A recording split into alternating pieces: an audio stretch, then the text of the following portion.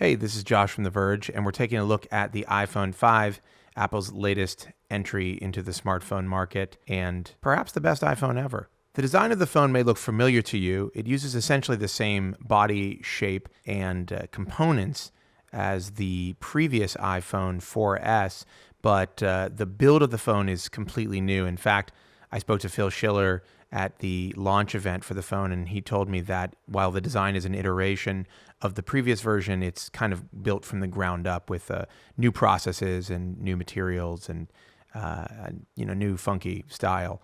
And the phone does look different when you get up close and personal with it. It's got these edges, these mirrored edges that are really beautiful looking. It's thinner.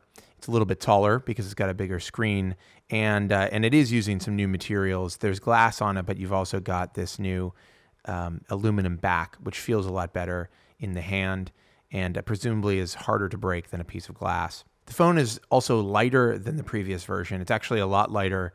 The first time I picked it up, I almost dropped it because I was expecting more heft. It feels smaller, it's thinner, but it overall feels smaller even though it's a little bit taller. The width is exactly the same as the iPhone 4S and the iPhone 4, so typing on it won't seem weird or awkward for most people.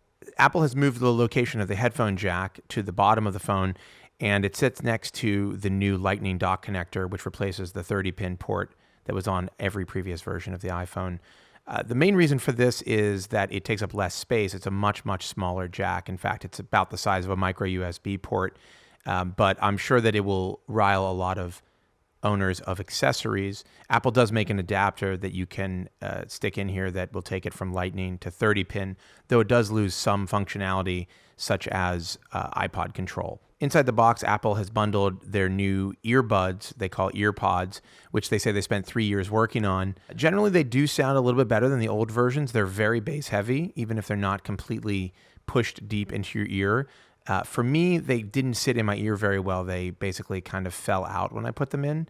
I have a pair of RHA earbuds that I paid about $35 for that I think do a slightly better job in terms of sound reproduction. But as far as a bundled pair of earbuds, the earpods do a pretty decent job. On the front of the phone is that new 4-inch display, which is 1136 by 640. It's a Retina display and has the same pixel density as the previous version. Next to the older phone, it definitely looks a lot better. And even compared to terrific screens like the HTC One X display, it stands out as possibly the best looking display on the market right now. It's actually a little perplexing as to why they made the screen larger, because there's nothing in iOS 6 that really seems to be taking advantage of it. And in fact, as I mentioned in my review, there are some obvious areas where I feel they could have utilized the screen, for instance, with making the notifications a little less obtrusive, which Apple hasn't done. Apple has tweaked all of its first-party apps to utilize the extra space on the screen, and if you're running an older app, it will display the app in its original size with black bars on the top and bottom or sides of it, which isn't really that distracting, and certainly on the black version of the phone, you barely notice.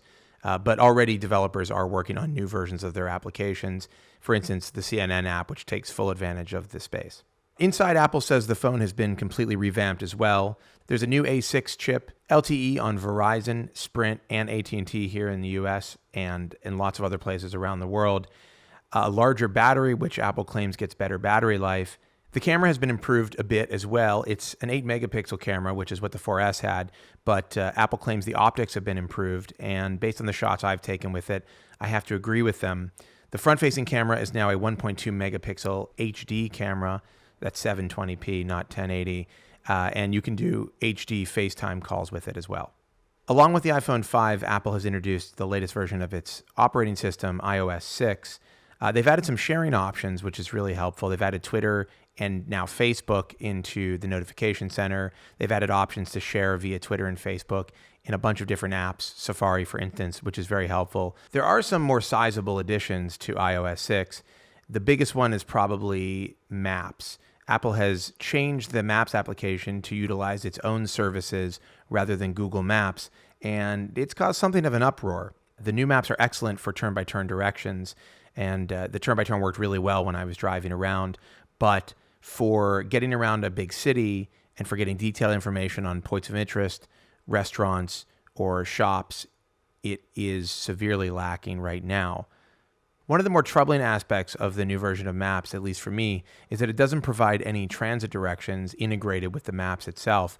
It requests that you go find an app that it can plug into, and then even when you get those transit directions, you're taken from Maps to that application to get the directions. They're not integrated into the Maps application itself. Apple did add a pretty cool new feature called Flyover, which is a real-time 3D rendering of major cities. It doesn't always perfectly represent what it's rendering. In fact, there are some parts of New York that look basically destroyed by it, but it is impressive when it's working, and it's working most of the time. The unfortunate thing about Flyover is that it has really limited use. I mean, you're not looking at an awesome display of Flyover when you're navigating. You're trying to figure out where you're supposed to go. And for day-to-day use, I would rather have Street View on my device than a really cool render of the tops of buildings. Apple's also made some pretty big improvements to Siri. Even though the app isn't out of beta, it does seem to be giving better answers and getting those answers faster than previously.